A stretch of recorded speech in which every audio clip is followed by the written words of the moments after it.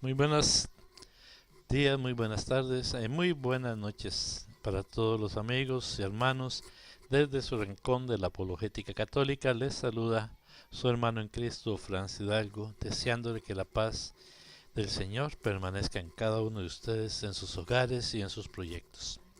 Estamos ahorita presentando un poco lo que fue la época de la conquista y hemos querido presentarlo por países. Pues bueno, hoy vamos a hablar sobre el desarrollo de la Iglesia Católica de Costa Rica en la historia nacional.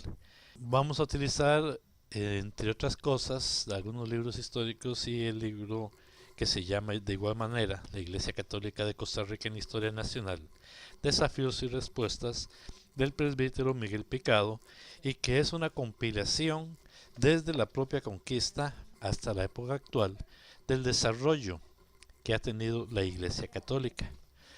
Y trataremos incluso de buscar de una manera objetiva, no solamente defender, por así decirlo, lo que es la Iglesia Católica, porque soy y pertenezco a la Iglesia, pues también vamos a tener que hablar y reconocer sobre las pifias, los errores, las cosas que no han sido tan bien dentro de lo que es la Iglesia. Y bueno, eso es lo que vamos a tratar ahora y vamos a pasar a exponer con la ayuda de Dios. Cada 12 de octubre estamos rememorando el descubrimiento de América. Eso sí, vamos a dejar claro que es por parte de los europeos. Ya existían nativos acá, había sido descubierta, y con este descubrimiento pues empieza la época de colonización, empezando con la conquista, el establecimiento del europeo, más que todo el español. Lógicamente con el tiempo vinieron llegando nuevas culturas. Hay que tener en cuenta, por ejemplo, el aporte indígena de lo que es América. La fauna que existía en América fue primeramente descubierta por los indígenas que llegaron, los primeros aborígenes, y gracias a esos descubrimientos de ellos, los nuevos conquistadores lograron subsistir aquí en esta área, porque era una zona con una fauna y una flora muy diferente a la europea, entonces tenían que empezar a conocerlo. Es interesante porque este aporte indígena a lo que hoy es América generalmente es ignorado o es arrinconado. En algunas ocasiones, gente buscando hacer justicia valoran exageradamente las culturas de América, las culturas indias de ese entonces, esconden sus lacras, sus cosas feas que tenían. Por ejemplo, sacrificios humanos, y presentan estas culturas casi que como un paraíso terrenal. Realmente no necesariamente es así. De esta manera entonces empezamos a hacer una leyenda muy bonita sobre los indios y le vamos haciendo una leyenda negra a España en la conquista y colonización de lo que entonces ellos llamaban las Indias Occidentales. Entonces, y como decía al principio, no vamos ni a militar a favor de una u otra en contra, sino que vamos a tratar de ser objetivos en lo acontecido. Algunos de los detalles interesantes es que cuando Costa Rica es descubierta, vamos a usar el término aunque no sea tan exacto, es descubierta por Cristóbal Colón en su cuarto viaje. En su cuentan que Colón llegó y dijo qué costa más rica, porque era un paraíso realmente que se veía muy cargado de riquezas naturales, y desde ahí toma su nombre de Costa Rica, lo que hoy es actualmente. No está de más también hacer notar que la conquista y posterior colonización de América en general, no solo de Costa Rica, constituyó un choque grande de dos culturas, y que lógicamente se tenía que imponer la cultura superior en tecnología militar, la de los europeos en este caso, con más armería, con más recurso. al desaparecer incluso muchos pueblos, idiomas, religiones, y poco a poco se fue dando lo que llamamos el mestizaje. Es un cuadro bonito este que tengo yo acá, de la población de Costa Rica en 1522, se estimaban 27.200 indios.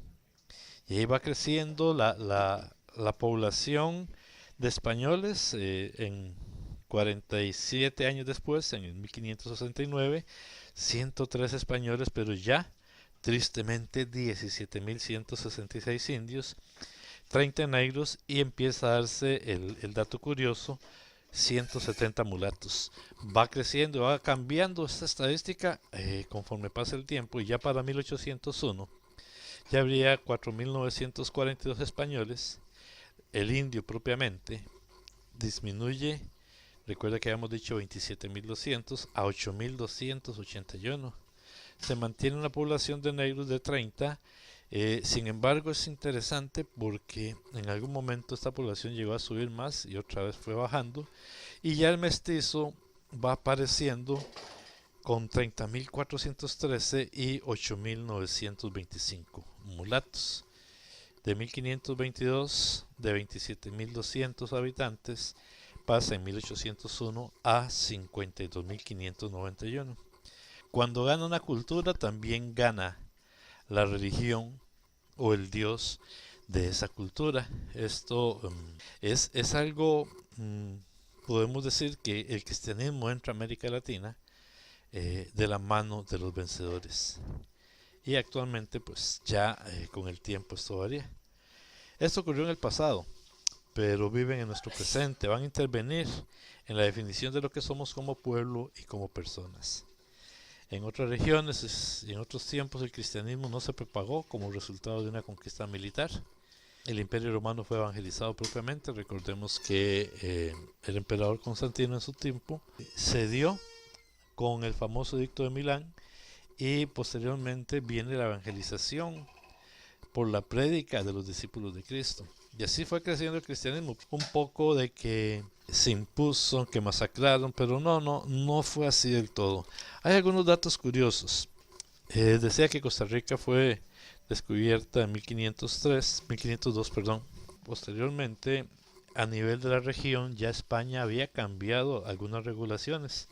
Entonces, tenemos que entender el cristianismo como la fe de los débiles, de los pobres y sencillos, perseguida por los poderosos, justamente para crear comunidades de honda vivencia fraternal entre los sectores explotados, a los que pronto se integraron miembros provenientes de estratos altos. Esta fe lo renovaba todo de su base, los primeros cristianos. ¿Por qué? Porque tener fe en Jesucristo implica ser solidario con el prójimo, especialmente el enfermo, el pobre, el extranjero, los débiles. Se necesita mucha fuerza para amar a las personas en tales condiciones. Pero en América Latina, por lo menos al principio, el cristianismo fue la religión de los vencedores. El complemento de la conquista militar fue la conquista espiritual. La colonización de las almas desplazó a las religiones amerindias. Entonces el primer gran desafío que encontró la Iglesia en América Latina y muy específicamente en Costa Rica fue evangelizar a los conquistadores en su trato con los indígenas, enseñarles a respetar su condición humana y preparar a los nativos para la defensa de sus propios derechos. Se observa desde entonces, evangelizar en América Latina siempre ha sido una labor ligada a la defensa de la vida, enormemente difícil. Y esto simplemente aclarar, y yo creo que es un poco obvio, pues parte de su lucha es contra la codicia de los hispanos, que venían con sed de oro, despreciando las culturas y razas que consideraban inferiores, contra la desconfianza de los mismos indígenas, quienes no siempre podían reconocer en los misioneros españoles a gente distinta, y en contra de la misma cultura de los misioneros españoles, los cuales por el hecho de ser misioneros no dejaban de pertenecer a su patria, de sentirse obligados con sus coterráneos, los conquistadores y colonizadores. Nada justifica suponer que los misioneros, por serlo, estaban exentos de los 7 pecados capitales. Un dato interesante es cómo los mismos historiadores se comportan hacia uno y hacia otro lado.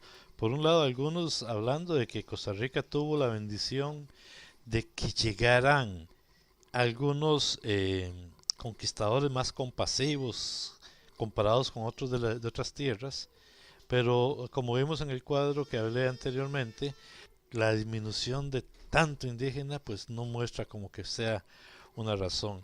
Algunos hablan de abusos sacerdotales, de cómo empezaron los cleros a enriquecerse a costas. Sin embargo, aún los más liberales no niegan los méritos que acumuló la Iglesia en la civilización de nuestro país. Como hay de todos, existe también esta otra línea en la cual tratan de hacer creer y hacer demostrar de que la Iglesia fue la gran terrateniente de la época colonial. Y es que es cierto que en algunas cofradías inscribieron a su nombre abundantes tierras, pero estas instituciones no eran controladas por el clero, sino por laicos, los cofrades, por ejemplo, que manejaban los recursos a su antojos. También fueron funcionarios de las capellanías que prestaban dinero o con frecuencia alquilaban tierras a precios módicos para ser trabajadas. Normalmente con los réditos se pagaban los estudios de algún seminarista. Recordemos en ese entonces que la provincia centroamericana entonces estaban en la ciudad de León en Nicaragua o más al norte en la ciudad de Guatemala y había que atender los gastos de los nuevos seminaristas. Pues en verdad algunos sacerdotes acumularon riquezas, no vamos a negarlo como hablamos al principio, pero fue a título personal y nunca a nombre en el ejercicio de su ministerio, nunca a nombre de la iglesia. Pertenecían a ellos, eran de su propiedad privada. Ya un poco más asentando, el verdadero problema ético de la iglesia en Costa Rica durante la colonia no fueron sus riquezas, sino la violencia ejercida contra los indígenas por los conquistadores y colonizadores, según hicimos antes de la mención. Unos y otros súbditos de su católica majestad los reyes de España, una violencia a veces solicitada por los misioneros, otras meramente toleradas y también otras veces que fue combatida por ellos. Y es curioso, ya tratando de hacer una interpretación más de los eventos que se sucedieron, les decía antes que Costa Rica que Colón llegó a Costa Rica en 1502, pero casualmente hasta 1522 es que se empieza a dar las incursiones hacia Costa Rica y por el litoral pacífico, cosa curiosa porque Costa Rica fue encontrada o fue descubierta en la costa caribe. Exploraron las tierras, se fueron ingresando muy lentamente porque eran tierras nuevas que estaban apenas conociéndose. Aquí se dio esta explotación de tierras, se conocían a la ligera los pueblos y debido a su presión conseguían que los sacerdotes y sus acompañantes empezaran a imponer el sacramento del bautismo. Esto de una manera un poco superflua, un poco triste para la realidad del cristianismo, pues lo hacían con una manera disimulada para saquear a las poblaciones indígenas. Incluso en varias actas habla de cuánto dinero recibían porque se bautizaron tantas ánimas, se bautizaron tantas otras por el otro lado. Entonces, como una manera de agradecer el bautismo, daban sus tesoros, sus riquezas. Y esto, pues bueno, tristemente, por un lado benefició, aunque no era realmente una evangelización. En realidad esto podemos decir que fue una cristianización. O sea, se fueron haciendo cristianos sin el conocimiento del evangelio, de la buena noticia. Pero ¿por qué digo que tiene su beneficio? Porque en realidad esto a su vez comprometía a los reyes de España a brindar más protección a los que ya eran cristianos, a los que ya eran católicos y por tanto de alguna otra manera estos pueblos estaban recibiendo una serie de beneficios por ser pueblos católicos. Y bueno, así fue sucediéndose poco a poco, tanto empezando por el Pacífico y menos en el Caribe. Ya para 1560 es que se hace propiamente la conquista efectiva en lo que hoy conocemos como el Valle Central. Esta la emprendieron entre Juan de Caballón por el Pacífico y Juan de Estrada Rábago por el Atlántico Norte. Ahora, ¿qué es interesante aquí? Es una fecha tardía en relación con regiones más pobladas de todo lo que es Centroamérica, que ya habían sido conquistadas desde antes. ¿Por qué? Esta dicha tardanza hizo posible que cuando Costa Rica fuera conquistada, ya se habían promulgado las leyes nuevas en 1542, intentaron suprimir la encomienda, en cierta forma el trabajo servil, y obligaron a tratar mejor a los indígenas. Por ese motivo, durante la conquista de los valles centrales, vigentes como estaban ya por entonces las llamadas leyes nuevas de 1542, hubo de procederse con un espíritu de moderación y justicia que contrastaba de modo evidente con las formas de la primera época, de manera que los hombres que vinieron a esas tierras tuvieron que proceder acordes con las nuevas y más moderadas formas de conquista. Con todo el conjunto de la documentación de la época, no respalda suficientemente la apreciación de Carlos Meléndez, cuya validez podría limitarse a algunos conquistadores como el padre Estrada Rábago y Juan Vázquez de Coronado. Ahí se entretejieron los papeles de misionero, del enviado a evangelizar y del conquistador, pero al final prevaleció el sacerdote.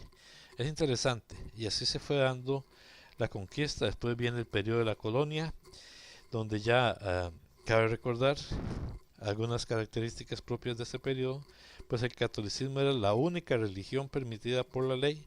No había contacto con los protestantes, excepto con los piratas amigos de contrabandear en Matina, y además eran enemigos cuando incendiaban Nicoya, Esparza, intentaban invadir Cartago y robaban aborígenes en Talamanca para venderlos en Jamaica como esclavos.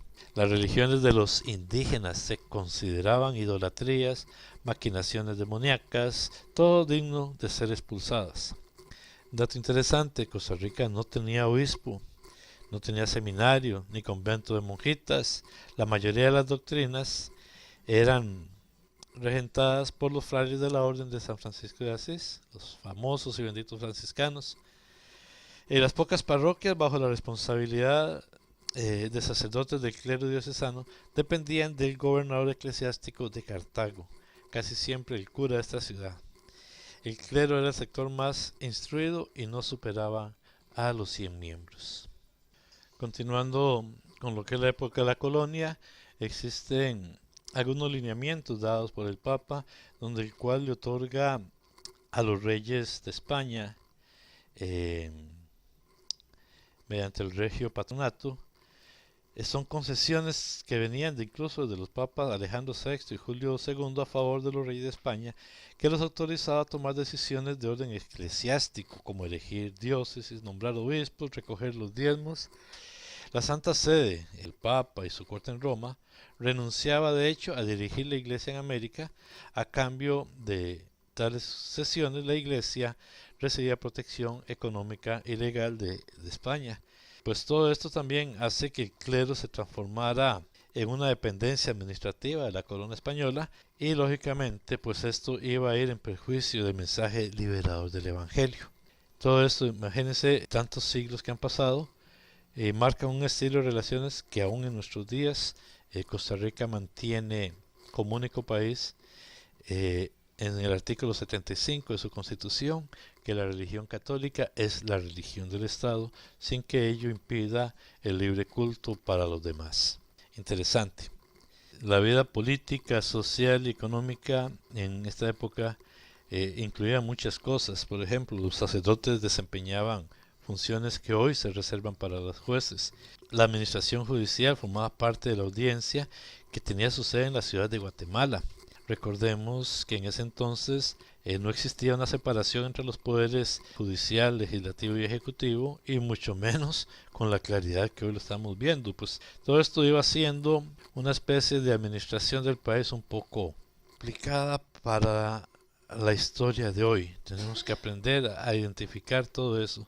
Esto sin ignorar el asedio militar y religioso contra los indígenas, que nunca se rindieron ante el conquistador. Para el resto de los habitantes es válido afirmar que en nuestro país no se observan agitaciones políticas durante la época colonial. La realidad aquí se nos fue el tiempo en tratar de sobrevivir, en tratar de configurar nuestro mundo, nuestro espíritu nacional, de acuerdo con nuestras necesidades y aspiraciones. Todos los problemas tuvimos que resolverlos solos y en eso estamos todavía. El aislamiento nos ha hecho ser lo que somos con nuestros defectos y virtudes. Nuestro querido llamado pueblo de Costa Rica. Otra situación que podríamos llamar interesante empieza a darse como algunos indígenas empiezan a reducir su población casi que como una especie de decisión propia, los que llamamos los indios encomendados. Ellos empezaron a sentirse mal, empezaron a huir hacia lo que eran las selvas y esto los hacía, entre otras cosas, caer en enfermedades poco tristes, contagiosas, etcétera, que iba disminuyendo su población. Otros tomaban algunas decisiones como casarse mayores con el fin de reducir la reproducción. Entonces hubo una baja muy terrible y no fue sino hasta más o menos en 1770 que ya empieza nuevamente a crecer poquito a poco ese número. La cuestión es que empezaron a sacarlos y prácticamente el golpe final para sacarlos del Valle Central es donde las oligarquías empiezan a inicios del siglo XIX a trabajar con el café y ahí prácticamente empiezan a dejar sin tierras a los aborígenes, que van a pasar algunas reservas que aunque son limitadas aún en la actualidad existen. Todo esto se fue dando entre la disminución de las religiones del aborigen, de sus creencias, y en cuestión de 3, 4, 5 generaciones prácticamente, ya las religiones aborígenes ya no existían y prácticamente estaba el catolicismo ya predominante en nuestro país. Ya a finales del siglo XVI la mayoría de los indios habían sido cristianizados. Quedaban reductos no cristianos en Talamanca y restos menos numerosos en las llanuras del Atlántico Norte, los malecos, por ejemplo, que ahorita tienen por el lado de Guatuso, aquí en la provincia de Alajuela, sus reservaciones. Prácticamente dejan por último lo que es la zona de Talamanca, donde ahí los indios presentaron una resistencia mayor, una revuelta en 1709 que estalló bajo el mando de Pablo Pesvere, cacique de Sunsi. Murieron varios españoles, entre ellos el famoso fray Pablo de Bullida, de quien fue uno de los que defendió la evangelización militar y que ya tenía unos 15 años de residir en la región. En fin, ya prácticamente eliminado el aborigen, repito, siempre quedan las reservas y todo lo demás. Poco a poco fue apareciendo el campesino propiamente en el Valle Central. Era una especie de encomenderos pobres que los habían recibido pocos indígenas o ninguno. Es difícil de aumentar en cantidad por los encomendados, pues la mayor parte de la mano de obra indígena permanecía bajo el dominio de la corona en los pueblos de los indios. Por tal motivo devinieron en pequeños y medianos productores, pues su única alternativa fue el retorno a la tierra. Algunos autores mencionan que las consecuencias de tal situación, el campesinado de la meseta tuvo su origen criollo y no meramente mestizo. La raza criolla fue esencial, facilitó el despliegue de una cultura campesina que no difería gran cosa del comerciante y que incluía, entre otros, un derecho decisivo, la libertad, legado por la ascendencia española del productor directo. Aparecen así la pequeña y la mediana propiedad, dedicadas en parte al autoabastecimiento y en parte a la explotación. Esta última actividad a mano del hacendado comerciante.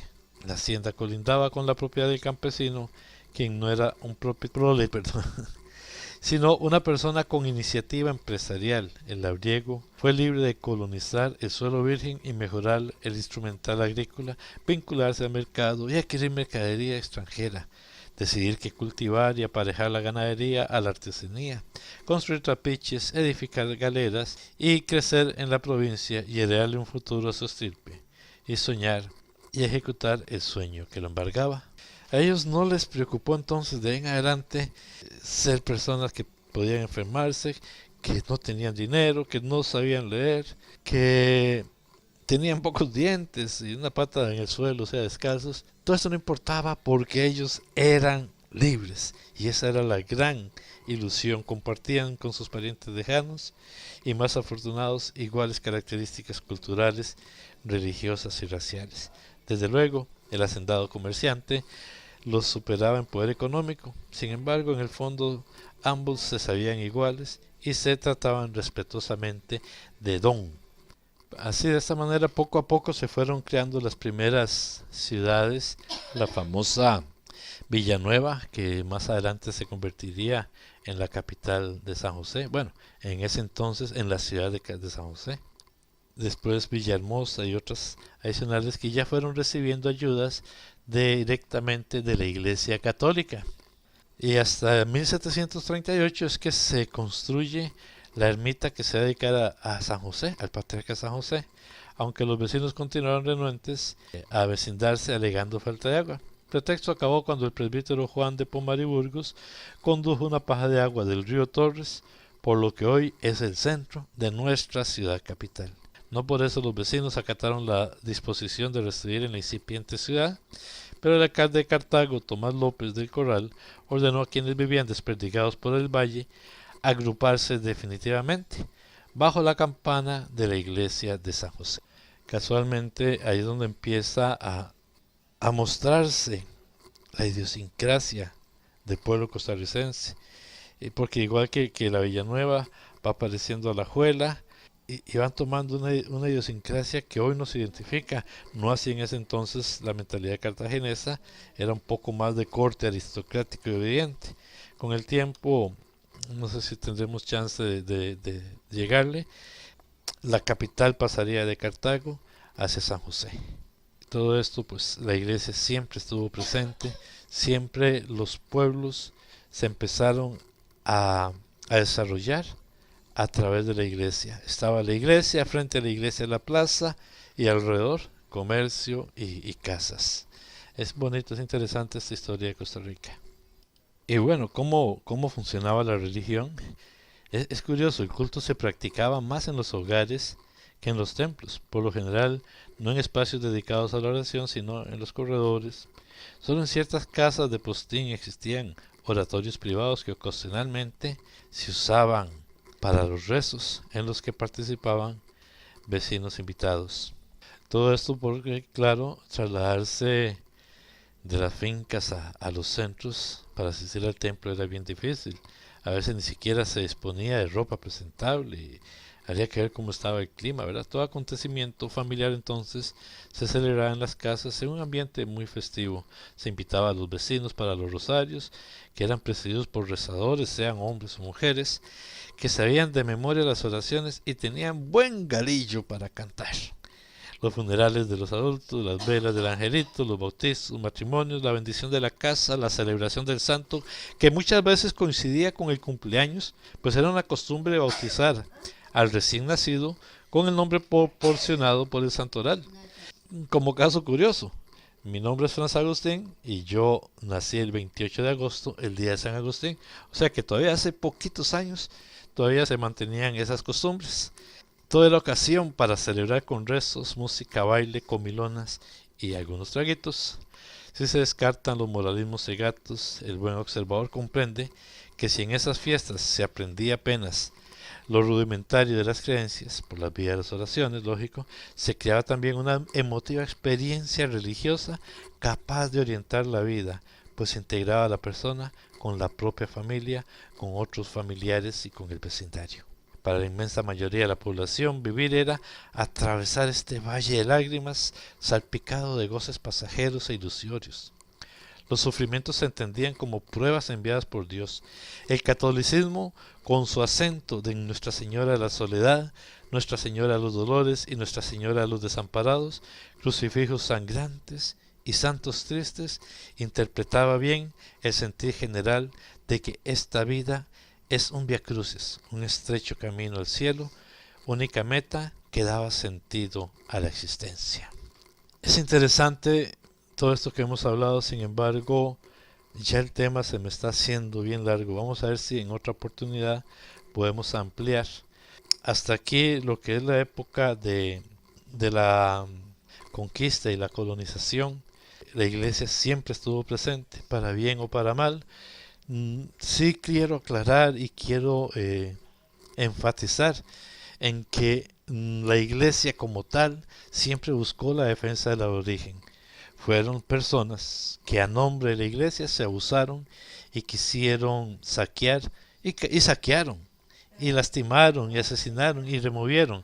Sin embargo, recordemos que la época era muy diferente de la época actual. Había que hacerlo de alguna manera.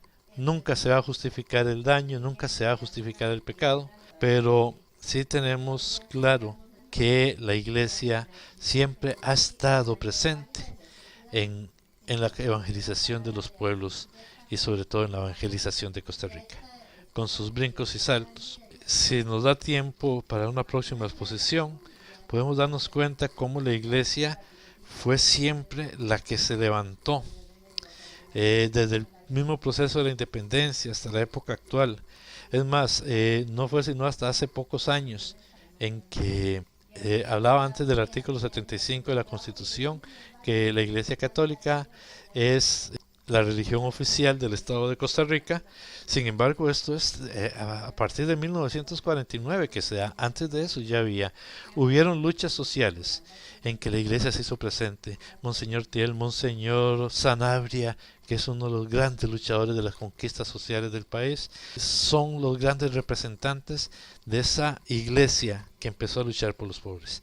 Vamos a dejar aquí el tema. Esperamos que lo que hemos presentado hasta aquí le permita abrir un poco más el panorama, como dije desde el puro principio, sin negar las partes negras del vivir en la conquista de Costa Rica. También hay que admirar la participación de la iglesia para el desarrollo de estos pueblos. Paz y bien, hermanos, un abrazo desde Costa Rica, su hermano en Cristo, Franz Hidalgo, para el Rincón de Apologética.